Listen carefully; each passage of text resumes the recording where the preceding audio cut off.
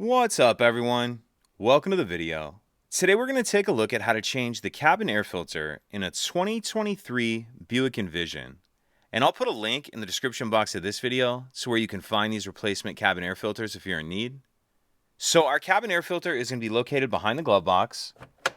In order to get to it, we need to open the glove box. Then if we take a look on the right-hand side, we see this latch right here that my finger's around. You can get your finger around it and it'll just pop off of there like that. Now what we need to do is fold the glove box down, and there's two stops that are preventing it from coming down. You can see one right here that I'm touching with my finger. And what I'm going to do is push in towards the center of the glove box in order to get that stop to clear. And on this particular vehicle, it takes a really good amount of pressure, so you're probably going to need to use both hands. So just pull towards, and then you can see that stop cleared right there. And then there's another one just like it on the other side, which you don't get a shot of, but same idea. Pull towards the center, and then the glove box will come down. Now let's take a closer look in here. All right, so taking a look behind here, this is going to be the access door to the cabin filter right here. And there's two clips on either side that just push in like this. Same thing over here.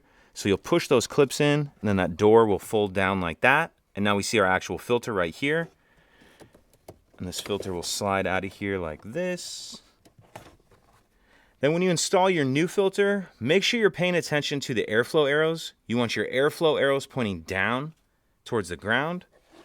So we'll slide our new filter in, and then we'll reverse everything we just did to close it up. So we'll snap this door shut, and then I'm going to pick up on the glove box until these stops clear. And then the final thing we need to do is reattach this latch right here. So that will just slide on there like that. And that's it. If you have any questions, please let me know. If you could take a second to like and subscribe, it helps us out, and I'd appreciate it. Thank you.